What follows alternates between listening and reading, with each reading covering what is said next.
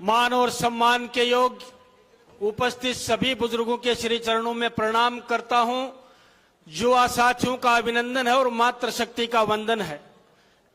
मंच पर उपस्थिति इतनी ज्यादा है, मैं समझता हूं सबका नाम लूंगा तो 13 तारीख तक वोट ही पड़ जाएंगे। इतने मंच पर हमारे अतिथि हैं, इसलिए मैं सम्मानीय मंच कह के संबोधन करना उचित समझता हूं। सम्मानीय मंच, आगंतुक बुजुर्गों, माताओं और बहनों, वैसे मेरे से पूर्व सभी वक्ताओं ने भारत माता का जयकारा लगाया था और आपने जानदार और शानदार तरीके से लगाया भी है।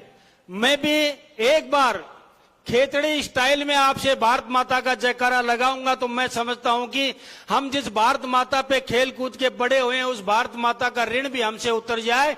और जिस भारत माता का जयकारा जिस सभा में लगता है, मैं समझता हूं भारत माता के सच्चे सपूतों की उपस्थिति वहां पर शो होती है। लेकिन मेरी एक शर्त है, जिसके दोनों हाथ सही सलामत हैं वो तो भारत माता का दोनों हाथ उठा के नारा लगाएगा, जयकारा लगाएगा। और एक हाथ में कोई हवा का फटकार या लौकुआ कुआ की शिकायत है तो वो एक हाथ उठा के भारत माता का जयकारा करेगा। और भाई जिसने भारत माता ने, भगवान ने जिसके दोनों हाथ कंडेम कर दिए हैं वो अपने हाथ नीचे रखना। मैं देखता हूं किस किस के दोनों हाथ सलामत हैं। यहाँ पर मंच से भी उपस्थिति चाहता हूं और भारत माता के जयकारे का उद्घोष चाहता हूं। बोलिए भारत माता की। बहुत जानदार और शानदार तरीके से भगवान ने सबके हाथ सही सलामत रखे हैं।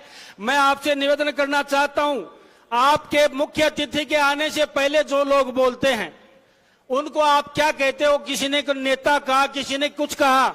मैं कहता हूं मुख्य अतिथि के आने से पहले और मुख्यमंत्री से आने से पहले जो नेता बोलते हैं उनको टाइम पास कहा जाता है। इसलिए मैं भी आपका टाइम पास करने के लिए उपस्थित हुआ हूं, खड़ा हुआ हूं, क्योंकि मुख्यमंत्री जी का हेलीकॉप्टर उतरने वाला ही है और वो मैं आपकी स्थिति भी देख रहा हूं। एक भी सभा में जोरदार और शानदार ताली नहीं बजी।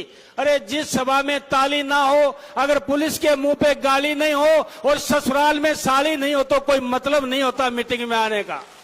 तो जोरदार और शानदार ताली बजाइए और आपकी उपस्थिति से शो कर दीजिए कि इस सुल्ताना की मीटिंग के अंदर, इस सुल्ताना की सभा में तय होगा कि 23 तारीख को झुंझुनू का सुल्तान राजेंद्र बांबू बनने जा रहा है। ये सुल्ताना की मीटिंग तय करेगी और आपकी उपस्थिति तय करेगी। मैं निवेदन करना चाहता हूं, देश विदेश की बात करूं, प्रदेश की बात करूं, मैं इतना कहना चाहता हूं, आप लोगों ने 70 साल तक देश की सेवा की है। आजादी के 77 साल तक, 60 साल तक लगभग कांग्रेस ने सेवा की और इस झुंझुनू जिले की भी 60 साल तक ओला परिवार ने सेवा की है। मैं आग्रह करना चाहता हूं, इस कांग्रेस के हाथ को भी लकवा मार गया है और आपके ओला परिवार को भी लकवा मार गए। अब इसको छोड़ दो, इसको विश्राम की जरूरत है, आराम करने दो और झुंझुनू की सेवा उस किसान के बेटे राजेंद्र बांबू को करने का आप लोग अवसर प्रदान करेंगे।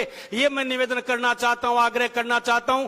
कई चीजों का जिक्र हुआ, यहाँ पर यमुना के जल का भी जिक्र हुआ, धारा 370 का भी जिक्र हुआ, लेकिन अपना अपना कहने का अंदाज होता है, अपने अपने कहने का एक निराला अंदाज होता है। 370 के मायने आप लोग समझते क्या हो? इस किसान का बेटा, मेरे मजदूर और किसान का बेटा जब सीमा पे जब देश की रक्षा करता है और उसका बलिदान होता है, जब 3 लोग कांपते हैं।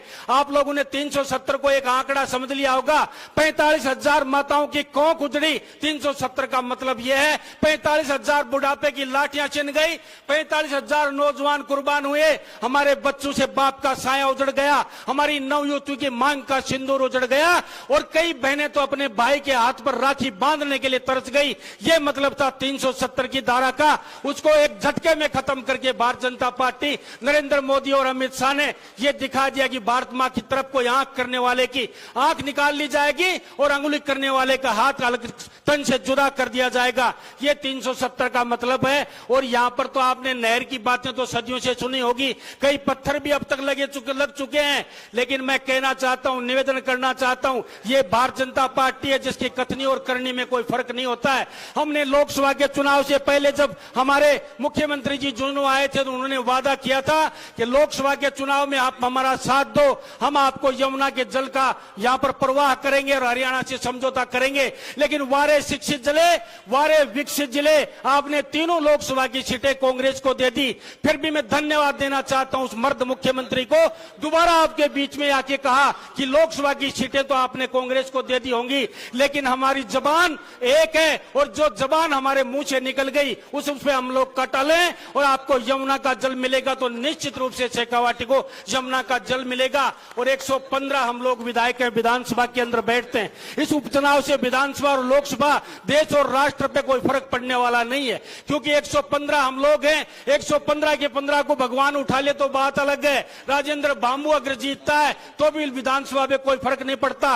विजेंद्र ओला का तो जीतने का कोई खाना नहीं है। लेकिन मैं वादा करता हूं आप लोगों से, एक बात कह के जा रहा हूं, जो समाज, जो क्षेत्र, जो प्रदेश सत्ता के साथ चलना नहीं सीखता है वो पिछड़ जाता है। सत्ता के साथ चलना, आपको 4.25 साल तक भारतीय जनता पार्टी का राज रहना है और सत्ता के साथ जो क्षेत्र चलता है उसका विकास होता है। मैं कम वादे के साथ खड़ा हुआ था, फिर भी मैं ज्यादा बोल गया। मैं 2 मिनट के अल्पकाल के वादे के साथ यहां पर मंच पे लोगों को बुलाया जाता है, फिर भी आपका ज्यादा समय लिया इतने बड़े मंच का। इन्हीं शब्दों के साथ कोई गलती हो गई तो क्षमा का प्रार्थी हूं। इन्हीं शब्दों के साथ अपना कथन समाप्त करते अपनी वाणी को विराम देता हूं। सबको राम राम, धन्यवाद।